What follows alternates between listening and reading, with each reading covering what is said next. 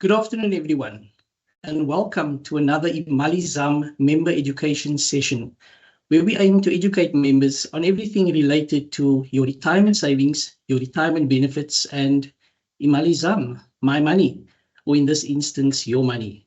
My name is Virgil Prinsloo, and I'll be presenting today. I'm also joined by my esteemed colleague, Johan Prinsloo, and he will be unraveling the mysteries related to the new two-part system. Johan, welcome. Good afternoon, Virgil, and afternoon to all our members. I'm glad to be here and thanks for having me. Great, thanks to have you here, Johan. So if you're joining us for the first time today, your first Imali, then welcome to you. We certainly hope that you're going to enjoy what we've prepared for you, and we hope that you're going to find it enlightening. And even if it doesn't answer all your questions, perhaps it just highlights the ones you need to ask and the type of engagements you need to have going into the future. If you've attended previous Imali sessions, then welcome back. You will recall from previous sessions, we spoke about the Sanlam member portal and the My Retirement app, and we showed you how to log into those systems and use those systems. We also touched on understanding your benefit statements, and we've prepared a little video for you. And in our last Imali, we spoke about the death claims process, the 37C process, and that's the process that the trustees do in order to determine the factual and legal beneficiaries of your death benefit, and of course the importance of completing a beneficiary nomination form. In today's session, we're keeping it simple. 2 items on the agenda. I will be presenting to you on how to maximize your retirement savings, and then Johan will take us through the two-pot system, which becomes effective on 1 March 2024. So let's get straight into it. What do I mean when I say maximize your retirement savings? Well, your retirement savings, as we know it, is your fund credit, and it's made up in a certain way. At any given point in time, your fund credit, also known as your member share, that is the amount of money that you have in your fund, and that's the amount of money that you may be eligible to withdraw or receive as a benefit at retirement one day. But how does this retirement benefit work? How do I know what I've got and what it's made up of? Let me start by making the statement: an optimal retirement benefit, or a comfortable retirement benefit, or living comfortably in retirement. It's not something you get. It's something that you purchase. And like with anything in life, you get what you pay for. Well, what on earth do I mean when I make a statement like that? Well, let me try to explain to you using this example. What you see in front of you is a fancy sports car. And already I'm sure it appeals to a certain amount of people in the audience today. It certainly does appeal to me. And what do we know about a fancy sports car? Well, first of all, it looks beautiful. It's packed with wonderful features like self-driving or assisted steering, seat warmers, seat heaters, electric windows, and all sorts of things like that. We also know that it's most likely very, very fast. And getting from point A to point B is going to be much quicker. We also assume that the person driving a car like that is a wealthy person or a distinguished person or someone of some form of status. But ultimately, what do we know about that car or the person driving the car is that it's expensive. It is very expensive, relatively speaking, to own a fancy sports car. Now, when we look at an ordinary car, and ordinary may be whatever you perceive it to be, what do we know about that? So we know it's not as fast, it's not packed with all the luxury features. It may get you to your destination, but it's not going to be with the same comforts. And do we even consider what type of person is driving the car? Is it a rich person, a wealthy person, or do we not even give it a second thought? What we do know is both cars will get you from point A to B, but the experience certainly will be very different. Now it's the same with retirement, and I'm going to try to explain that to you. So the Sanlam umbrella funds all form part of what we know as a defined contribution arrangement. And our defined contribution arrangement is made up. Basically, it consists of an employer contribution, an employee contribution, and added to that is the investment return that you earn over time, less the costs that is spent on things like admin and risk premiums. And when I say risk premiums, I'm talking about the premiums you pay for your group life cover, for your funeral benefits, your disability benefits, etc. So that contribution less the cost together makes up your ultimate fund credit. To give you an example, you might belong or work for an employer who's got an arrangement in place where the employer contributes 7.5%, members contribute 7.5%, and of course, added to that is your investment return that you will earn over a period of time, less the costs deducted over a period of time, and that makes up your fund credit. So what you can see from this is at no point in time is your benefit defined. It can change with time, with market fluctuations. It can move up and down, but what we certainly know about a defined contribution arrangement is that you get out what you put in. And members carry the risk of inadequate retirement provision, or differently put, having too little money at retirement. Let me give you an example, because by now you're probably wondering, well, I work for a company, I belong to a fund, and I contribute toward my fund, or my employer contributes toward my fund. So how do I impact my retirement readiness one day? And is this applicable to me? Am I going to be okay? Let me give you an example. And this will be different for lots of clients, because all clients have got different contribution rates. Members contribute differently, etc. And members are at a different point in their lives in terms of the years toward retirement. So let me use this example, again, where the employer and member contribution rate is 7.5%. That's a total contribution of 15%.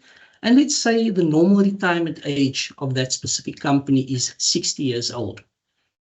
So you might be sitting there in a company and you might be 20 years old, and some of this might be applicable to you.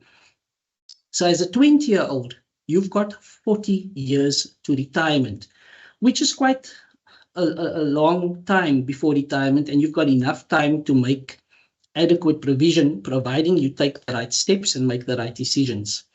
So if there are any actuaries in the room with me, don't quote me on the numbers. I simply use the NRR, or net replacement ratio, to demonstrate retirement readiness. So for a 20-year-old member contributing 15% over a 40-year period, this member could potentially end up with a net replacement ratio of 59%.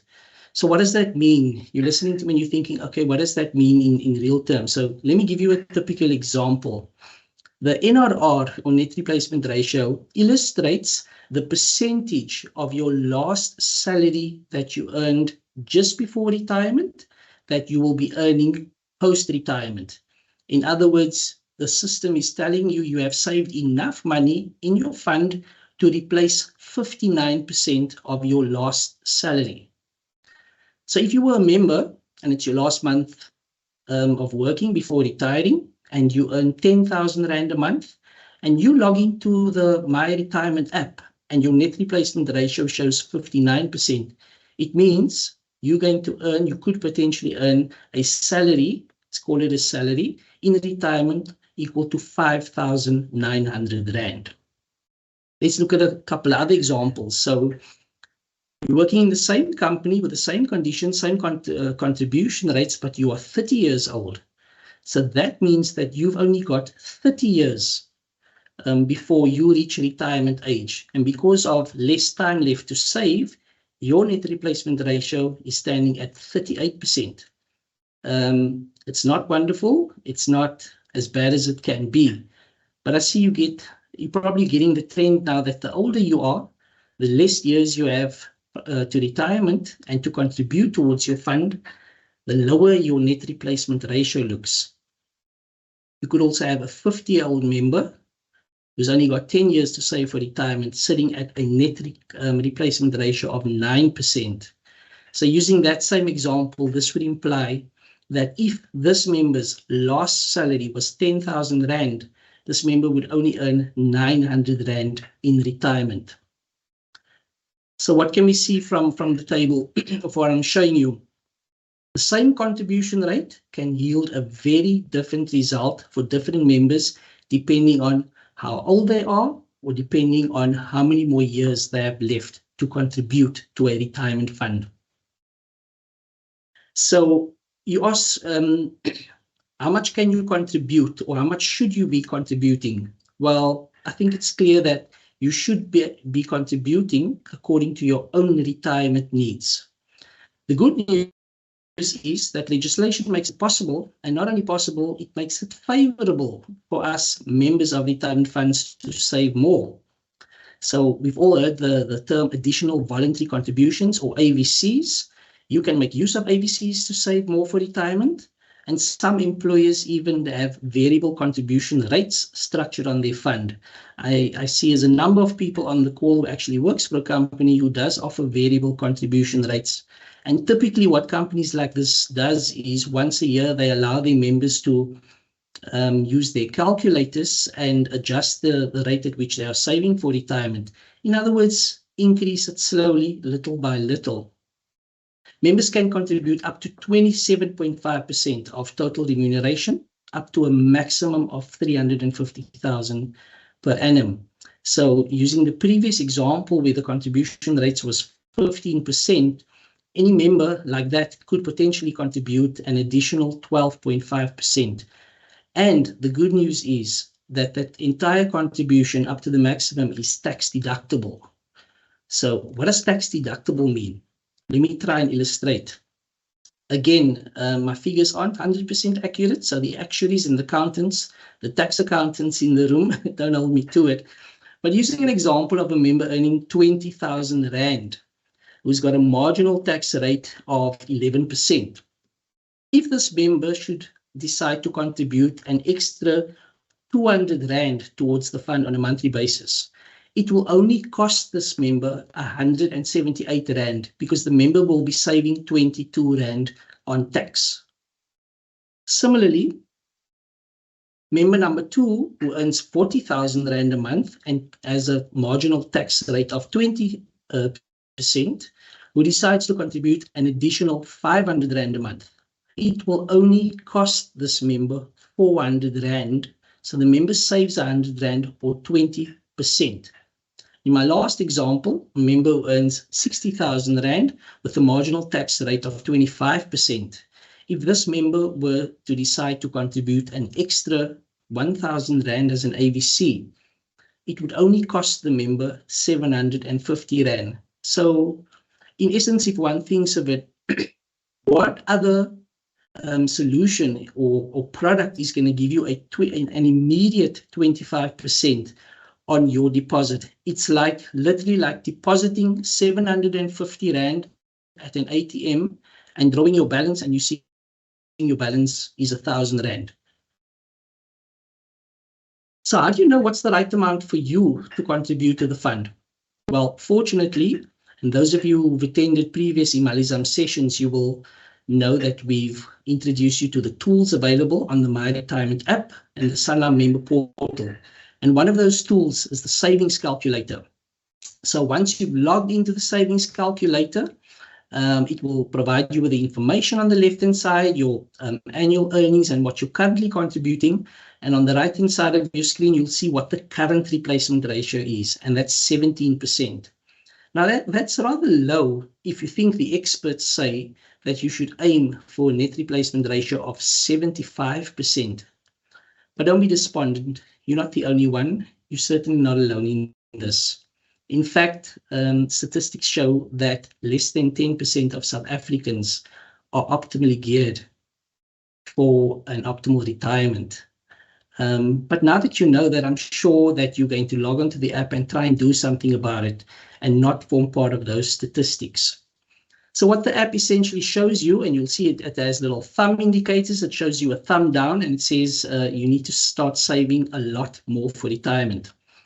Just coincidentally, I had a conversation with a colleague of mine earlier this week, and we spoke about the very same thing. And he said, no, he also shows a thumbs down, but he's got a quick fix for it. And I said, well, I've been in the industry for so many years. I don't know of a quick fix to optimal retirement savings. He said, now all he does is turn his phone upside down and he's got a thumbs up. Now, he's joking, of course, but when one thinks about it, the reality is not that far off. Essentially, what we've got to do is turn our financial lives upside down and make the right decisions today that will impact our tomorrow or ourselves in retirement. So what can this calculator do? It shows you what your current position is, and then the calculator also allows you to play with various factors that can influence your retirement income. So number one, first of all, you can save more. The calculator allows you to play with the contribution rates and assess the impact of contributing an additional 1 or 2 or 5%. You can also add other savings into the calculation. So perhaps you've got a retirement annuity, or you've got a property, or you've got another investment that you know is going to form part, the value of that investment is going to form part of your retirement provision. You can add that value to the calculator. Also, your retirement age, you can adjust it. It will display the normal retirement age of your fund. All that information is carried in the system already if you are a member of one of the Sanlam umbrella funds. But what you could potentially do is adjust it downwards if that is what you're thinking of doing one day. I know a lot of our members on the Sanlam umbrella fund talk about retiring early one day. And there's nothing wrong with retiring early, as long as you're ready for it. So instead of making a blind decision, why not use the calculator, adjust the retirement age downward to the year that you think you would want to retire, and assess the impact on your retirement savings, so that you know how much to contribute in order to retire comfortably at age 60 or whatever age you choose to. The calculator also allows you to adjust your investment expectations. So perhaps you are currently in your fund's default. There are options to move to more aggressive portfolios. Assess the impact of doing so using the calculator, but always seek financial advice when it comes to making investment portfolio switches if you are not familiar with the world of investments. Under earn more money, no, you cannot type in an amount there and your employer is going to pay you that. What that represents is the percentage of your annual increase each year. So currently within the system, I think it defaults to around 7%. But if you know that your annual increase over the last 1 or 2, 3 years has been a different figure, you can adjust the figure within the calculator to give you a more realistic view of what your net replacement ratio could look like. And then also relationship status. The system defaults to a joint life pension. But if you are unmarried, or you know that sometime in the future, you know, your wife or your husband's got his own pension fund and you're going to purchase a single life pension, for example, you can change it to a single life, as well as if you are changing jobs, you could decide, do you want to take some of that money or not? So once you've added in or adjusted the calculator with the necessary parameters, it will give you a new result, which looks something like that. So with the changes made there, you will see if I carry on with these changes, my net replacement ratio will move from 17% to 41%. Now, I know you're not there yet if you're aiming for a 75% replacement ratio, but like I said earlier, you're not alone in this. Many of us go through this, and we need to make these hard decisions now, even if it means that we just increase our percentage by 1% or 2% every year. Remember, the markets also play a role. So what's happening in the background is you're earning investment returns, and you're going to have some good years, but you're also going to have some great years. And that's going to impact the net replacement ratio. And hopefully one day, that's where you end up at your target net replacement ratio of 75%. What else can our calculators do? So you're thinking of changing jobs. And I know, like many of us, the first thing we think of, what can I do with my pension fund? Well, is it the wise thing to do? Why not use the calculator to assess the impact of taking cash when changing jobs? So our calculator allows you to preserve your retirement savings, or choose the option to preserve, and what impact that will have. You could either take some of your money in cash and preserve the rest. And you can calculate the impact of taking cash now on your tax. So let's say, for example, you've got a fund credit of 1.2 million, and your current replacement ratio is sitting on 25%. And if you wanted to take 10% out of that money, this is what it would look like. So you'd be taking 127,000 out, but you'd be paying 18,000 Rand tax on that money. So you're actually only going on with 109,000. And the impact on your net replacement ratio means it drops from 25% to 24%. Look, it's filled with parameters for this specific member, but the case can be very, very different for any one of your members on the call, because it depends on, again, how old you are and how many years to retirement. For some members, taking out 109,000 can be more drastic than for other members. So please, instead of not knowing, why not log on to the member app or the member portal and play around with these calculators and assess the impact for yourself. You might be surprised. You may already be well on your way to a comfortable retirement. So what do we know? What else do we need to do? What we do know already, we need to contribute the maximum amount that we can afford to. And we also need to contribute for the right amount of time. I touched earlier on early retirement. And we've got to really consider, is that the right move for us? Many of us speak about early retirement because it means we get to stop working earlier. But is it the right thing to do? Have we saved enough money in our fund that can sustain us for the rest of our lives at early retirement age? Also, another thing to consider is, let's say we work until normal retirement age. What are our post-retirement plans? Are we planning to contract for the same or a different employer? Well, if that is the case, maybe, and we're still going to be earning an income, maybe the right thing to do is preserve our retirement savings until such time that we actually need to start drawing a pension. Choose the correct investment portfolio. So depending on what sort of fund option you're on, chat to your employer, chat to your contracted benefit consultant or your advisor. For members on the comprehensive option on the Sanlam Umbrella Fund, you've got a number of investment portfolios beside the default portfolio. And on the advice of your advisor, it might be the right thing for you to do to select a different investment portfolio, perhaps more aggressive, but it's going to pay you better returns. Chat to your advisor. And I think also very important is preserving your retirement savings when changing jobs. Just think about the reason you started saving in the first place was to provide for your retirement. Not that new set of mags or that new kitchen or the carport that you've been dying to do. Most importantly, seek financial advice.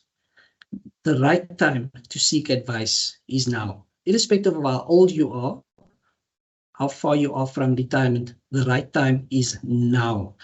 And especially for our younger members on the call, you'll find that if you make the right decisions earlier on in your life, saving for retirement becomes easy, and it actually becomes a pleasure where you look forward to a comfortable retirement. You say you don't have money, can't afford to save more? Well, why not make use of our free value-added services, which is the virtual doctor.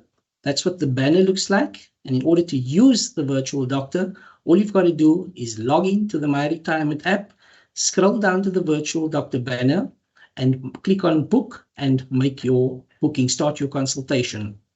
So all members have access to the virtual doctor. You can book a consultation with a nurse or a doctor. And even if you don't have medical aid, so if you're on the call and you're a member of the Sanlam Umbrella Funds, you can book a free virtual doctor session, no need for having medical aid. And you can use the virtual doctor to speak to a healthcare professional when you are sick, or even if you have questions around an existing condition. They are available from Monday to Friday, 8 until 6, and Saturdays from 8 until 1. And as I've explained earlier, just log on to the member app, scroll down to the virtual doctor banner, click on the banner, make your booking, and start your consultation. Thank you. That's all from my side. I'm now going to switch over to hand over to my esteemed colleague, Johan Prinsloo, who's going to be taking us through the two-pot system. Thank you, Virgil. And perhaps just reflecting on what you said just now, contributing the max that you can afford, considering the years that you've got left to retirement, making sure you're in the right portfolio, and then probably most importantly, and that also will feature in the two-part discussion, is to preserve as far as possible and only draw your money when you retire one day from your retirement fund. So, in terms of the two-pot system, I'm sure a lot of you have seen a number of articles in the press about the two-pot system.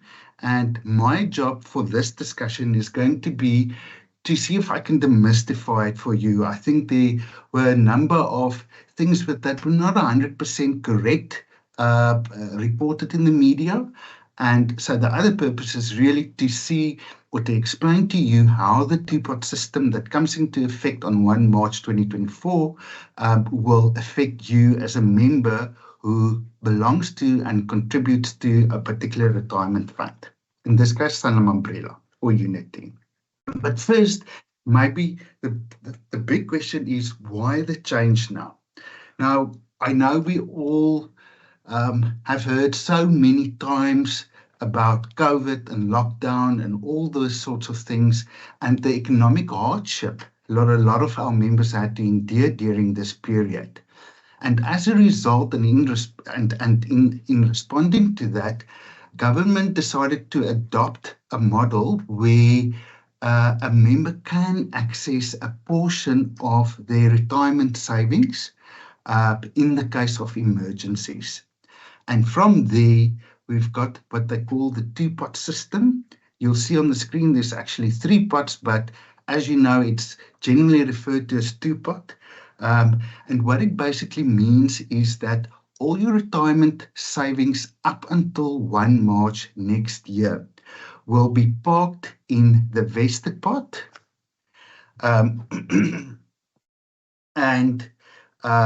From 1 March next year, there'll be a new savings pot for you from which you can make cash withdrawals in the case of emergencies.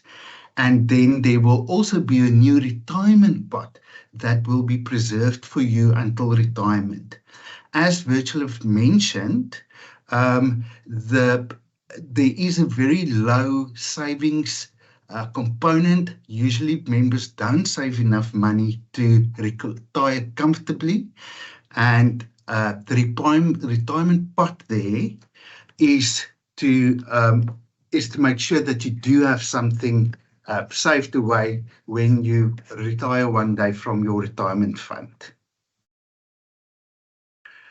One thing that I do need to mention that is a little bit difficult to understand is that with the introduction of these different pots, you can imagine that members that are closer to retirement, and in this case, it's members that is 55 years or older, having belonged to a provident fund on 1 March 2021, to change their whole retirement rules at such a late stage in their careers is really not fair.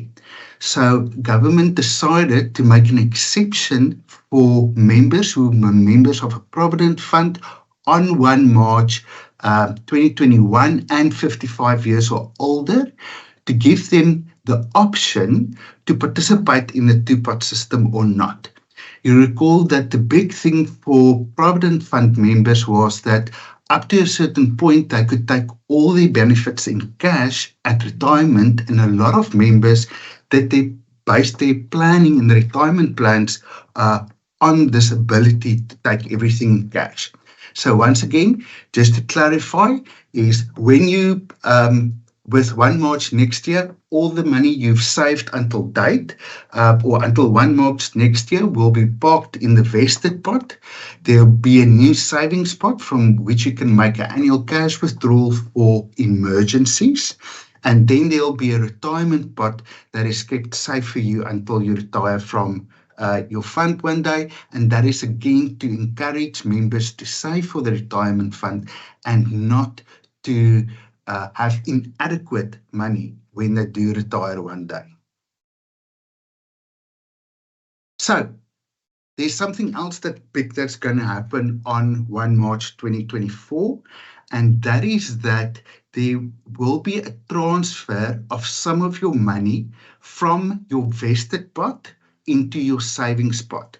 We refer to that as seeding, and the amount that can be transferred or seeded from the vested pot to the savings pot is 10% of the value of your vested pot, with a maximum of 25,000 Rand.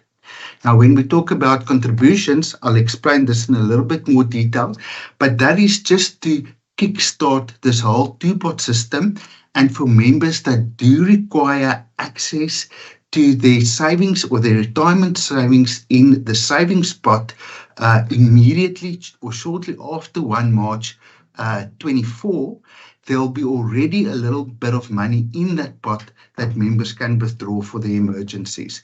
Because if we did not do the seeding, then a member will have to contribute for quite a number of months before a big enough amount is built up in the savings pot that can be used for an emergency. So in the Sanlam umbrella funds, this will be an automatic process for all of our contributing and paid up members.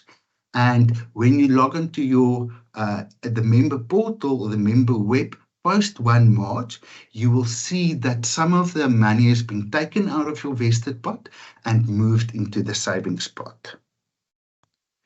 The other big change that is going to come through from 1 March 2024 is that your contributions, except if you were a member who were 55 years and older on 1 March 2021 that I mentioned earlier, but for the majority of you, your contributions will be no longer or saved in the vested pot. It would now be allocated between the savings pot and the retirement pot.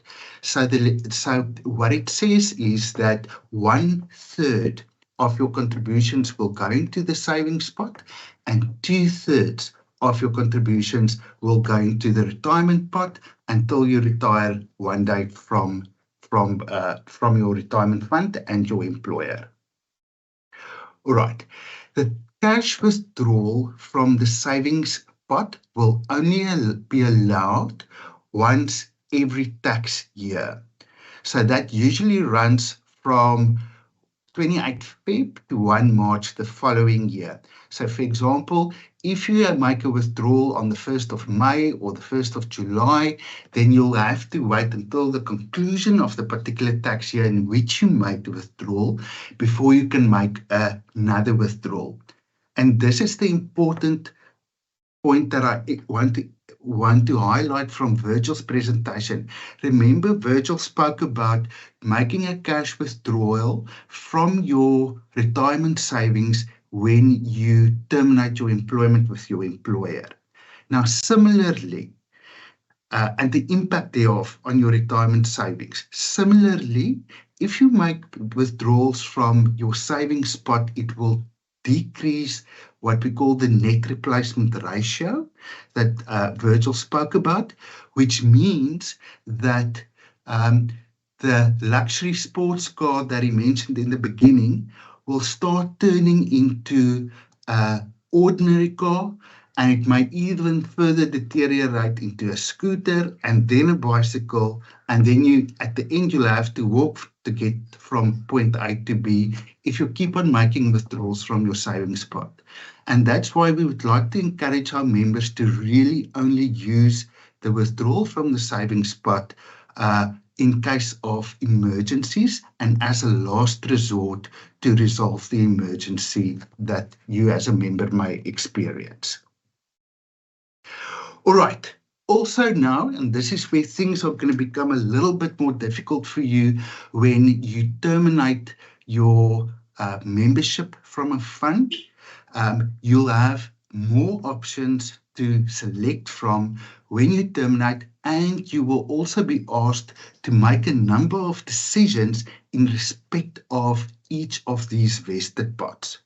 So to give you a few examples and not going into too much of the, let's call it the additional rules that will apply, when you terminate employment and you move to a new employer in your vested pot, you'll be able to take all or part of that in cash. You will be able to transfer this vested pot to your new employer's retirement fund. The condition there, however, is that you need to transfer all 3 pots to the new employer. You can't just transfer 1 or 2 pots and leave the other pot. You can also leave all your vested pot in the Sanlam umbrella fund and become a paid up member, which basically means that if you leave it in the fund, your fund credit will remain and grow in the Sanlam umbrella fund, and you will start with new contributions to the retirement fund of your new employer. The options you'll have at withdrawal when in respect of the savings pot is, again, you'll be able to take all or part of that pot in cash. However, and because you're only allowed to make a withdrawal once every tax year, you will not be able to take the money out of this pot if you made a cash withdrawal in the same tax year that you terminated employment or membership of the fund. So perhaps I can just repeat that. So you will be at termination of employment, be able to make a withdrawal from the savings pot, take everything in cash, on the condition that you haven't made a cash withdrawal in the same tax year prior to your withdrawal date from the fund. Again, with the 2 other pots, you can transfer that to your employer's new retirement fund, or you can make this pot paid up with the other pots in the Sanlam umbrella funds. The retirement pot is now different from the other 2 pots in the sense that you will not be able to make any cash withdrawals from this pot when you terminate or withdraw from the Sanlam umbrella funds. And as I mentioned earlier on, the purpose of this is to help members save towards their retirement so that there is adequate retirement savings or sufficient retirement savings available for them when they do retire from the fund. Again, this pot together with the 2 other pots can be transferred to a new retirement fund, or it can be made paid up in the Sanlam umbrella funds. What does the story look like when you actually retire from the Sanlam umbrella fund or for any other fund for that matter?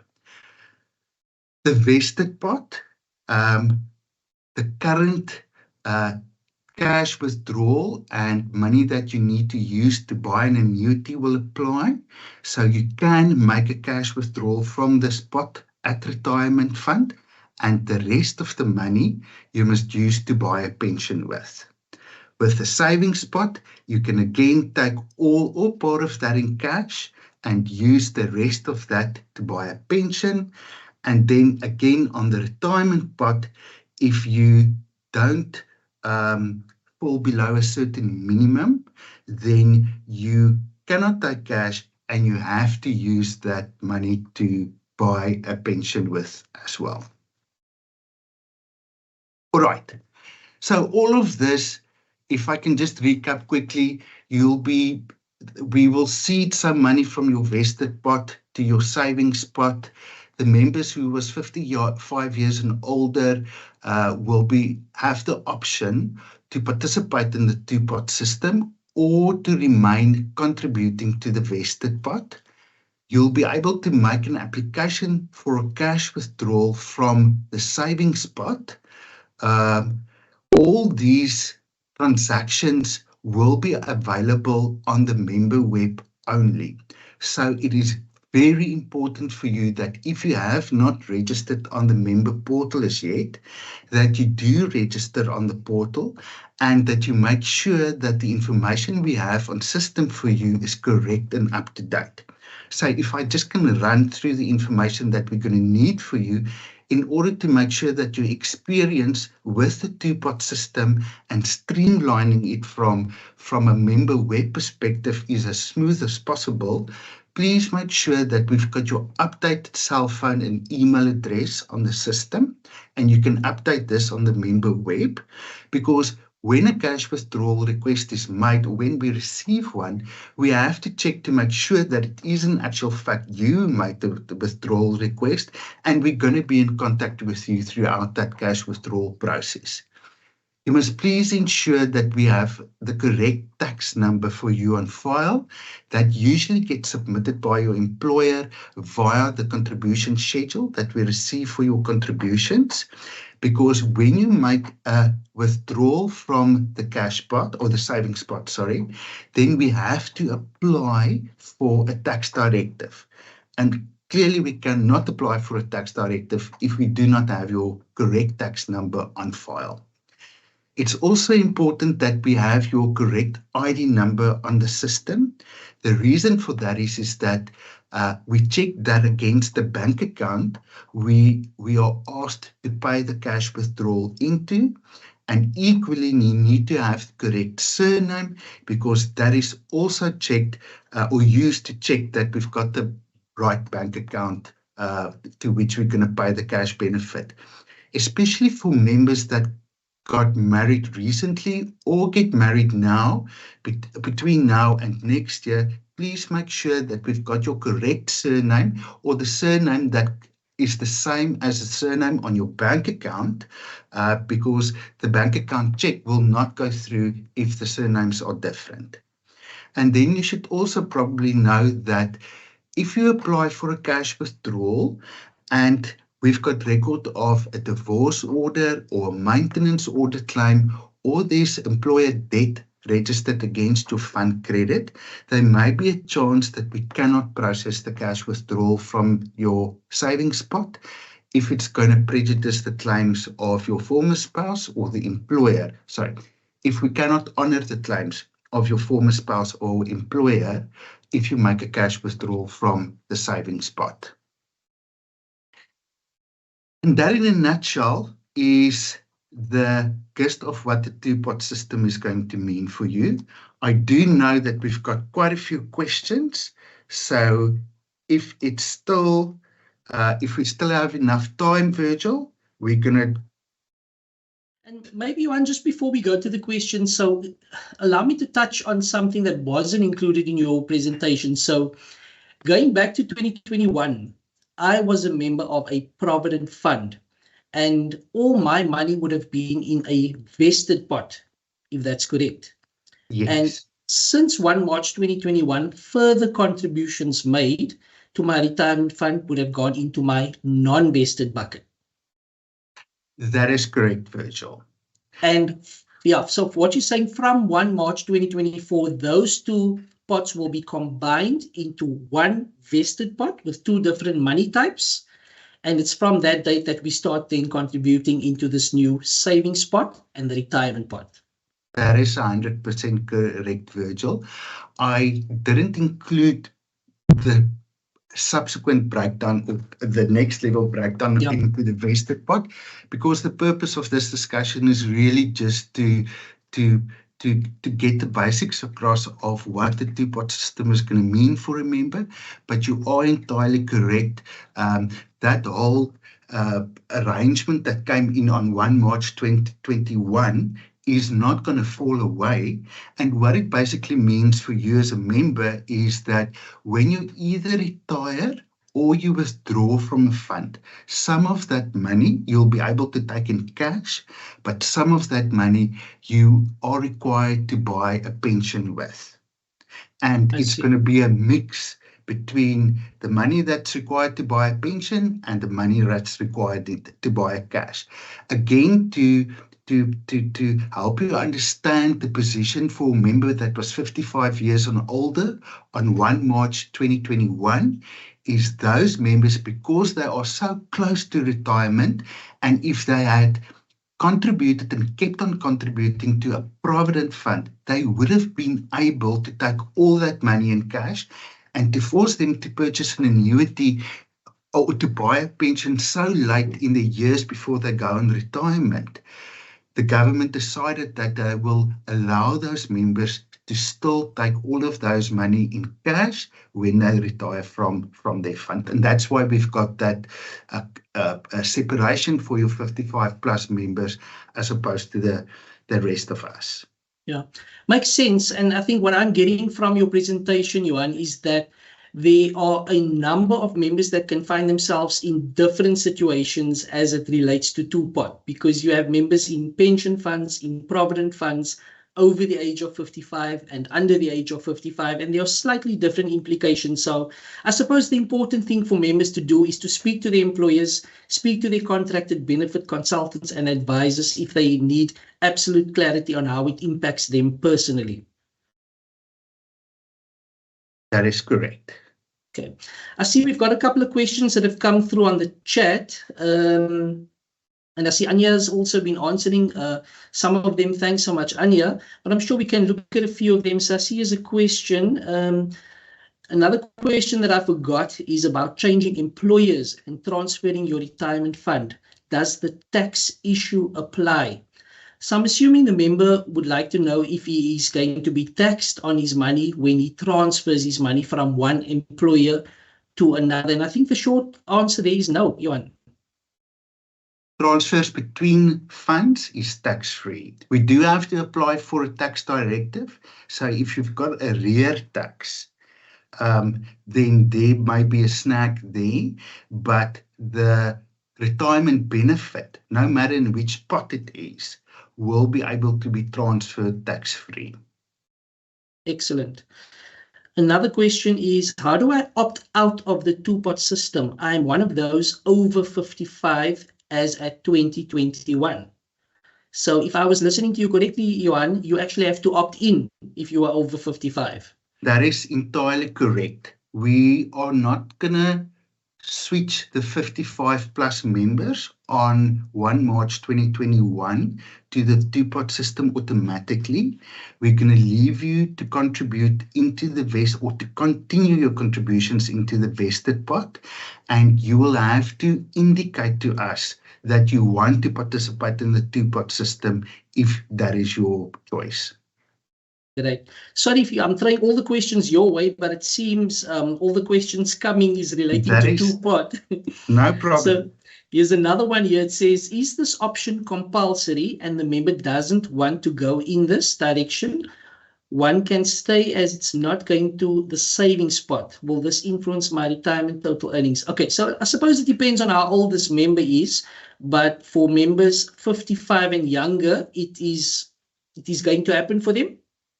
So it's not 55 and younger, it's younger than 55 on 1 March 2021. Absolutely correct. The two-pot system is compulsory. Okay, but it's not going to impact your retirement savings, because I think there's another question here, and I'm not sure whether it was answered, was the investment return that's going to be allocated to the different pots. So remember, only on our system are we going to split your fund credit into these three pots, being the investment pot, the savings pot, and the retirement pot. All the money in these three pots will, however, be in the same investment strategy you are currently. So the investment return or the interest that you earn will be the same, and it's still the one amount fund credit. It's only because you can do different things with these pots at different times, we're going to split it on our system as in order to allow you to do these different things with the different pots. So it's not going to impact on your investment return. You also have the choice at a point in time to transfer the money from your vested pot and your savings pot all into the retirement pot, just know that you cannot go back on that decision. So if you don't really want to participate in two-pot, you can almost undo it by transferring all these pots into one pot. Okay. Another question, and I was actually waiting for that. I think it came up twice, and I'm going to leave that one to you as well, Johan. Please elaborate on the emergency category for us. And I think another member asked it in a slightly different way. He said, does the government dictate what an emergency is, or does the fund? So the short answer is no one is going to dictate for you what an emergency is. Each person has their own environment in which they live or their own challenges in their lives, and there isn't a criteria that gets applied to decide whether you have emergency or not. So no one else, not the Board of Trustees, not Sanlam, not the government, is going to decide whether you can make a withdrawal from the cash pot or not. The intention of government is to make some of your retirement fund money available for you in case you experience or you have an emergency. Again, to the point that you made, Virgil, if you're going to use the withdrawal from the savings pot to pay yourself an annual bonus and go on a holiday or buy something nice or a new TV or anything to that, if you're going to spend it on luxury items, you must know that you are decreasing your ability to retire properly and that smart sports car that you mentioned right at the beginning. If you keep on making cash withdrawals and it's not really for emergencies, then you're going to end up having to walk from point A to point B if you deplete your retirement savings enough. Thanks, Johan. I see one of the members has asked and answered his own question, but I think it's worth mentioning. So he's saying, basically, if you're not, and he's referring to the money that goes into the savings pot monthly. He's saying, basically, if you're not using it, it won't penalize your retirement growth. Not at all. It's entirely up to you whether you want to use this cash withdrawal from the savings pot. The same investment return applies to this pot because all the money is invested in the same portfolio that you're currently in. So the investment return will be the same across the board. The biggie is if you make a withdrawal from that savings pot, you're going to eat into your retirement savings. Yeah. I've got another question as regards to the savings pot. So the member saying, thank you. So even if I'm 45 years old, I can withdraw the maximum of 25,000 Rand next year. So maybe just remind us again in terms of what's going into that savings pot, because I think some of the members are under the impression it's going to be 25,000 Rand for everyone. Good question. Thank you for that. So remember, there's two things that's going to happen. On 1 March, we're firstly going to have what we call the seeding or a transfer of a specific amount from your vested pot into the savings pot. The value of that amount is calculated, or is we use 10%. It's going to be 10% of the value in the savings pot, and it's going to be limited to a maximum of 25,000 Rand. So in other words, I can just come in there, Johan. less. Yes. So if you've got 100,000 Rand in the fund right now, 10% of that is 10,000 Rand, which means your amount in your savings pot is going to be 10,000 Rand. Correct. So that is what happens in month number 1 or in March. Okay. Yes. Then thereafter, 1/3 of your contributions will go into that savings pot, and that will be accessible via the cash withdrawal process from that savings pot. Okay, great stuff. Ladies and gentlemen, I note that there have been a number of questions on the group. We're not going to get to all your questions right now. And I know that some of the questions are rather unique to your circumstance. What we will be doing, we will be passing these questions on via our IMS team or individual member support team.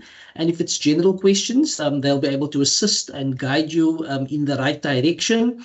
What we'll also be doing post the session is just reviewing all of the questions and answering them in our thank you email to you. We will also attach a copy of today's session, today's webinar. And we'll make sure that each and every question that was asked get answered. At this point, I want to say to you, thank you very much for joining us today, Johan. Thanks so much for joining us and enlightening us on this very complicated two-part system. I think today's session certainly helped me, and I know it has helped our members as well. To our members, contracted benefit consultants, advisors, employers, bid you farewell, and we hope you enjoyed today's session. Thank you so much for joining us. Thank you.